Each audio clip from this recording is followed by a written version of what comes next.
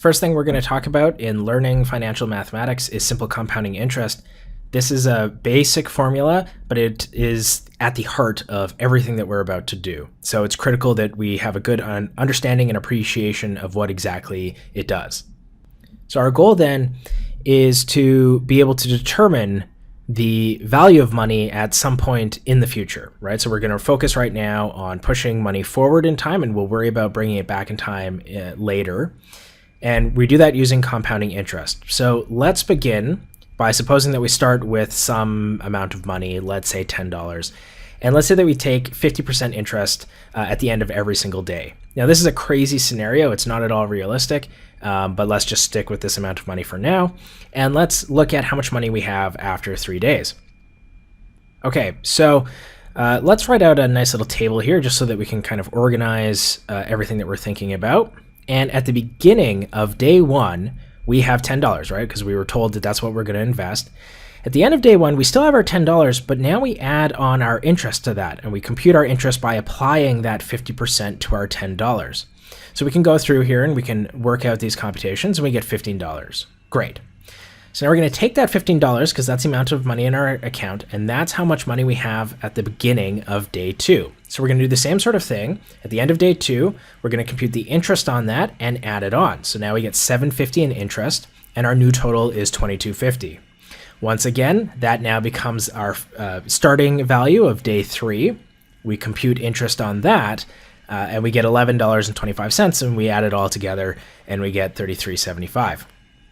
Okay, so after 3 days, we have $33.75, which is a crazy amount of money given that we only started with $10. Now, something worth looking at here are the interest amounts that we earned each day. So it's $5 the first day, $7.50 the second day, and $11.25 on the third day. And notice how it really begins to snowball, right? It gets very big very, very quickly. That's in part because we're using, a ridiculous interest rate like 50%. But this is the general idea with compounding interest, is that it really is going to grow. Okay, so this doesn't involve any formulas, so we're going to have to do it a little bit more generally in order to be able to figure out what the actual answer is. So let's let P be our principal. That's just the original amount of money that we invested. We're going to let R be our interest rate. So in this case, if R is something like 5%, we would write that as 0.05. And let's let S be the future value, so after a single compounding period.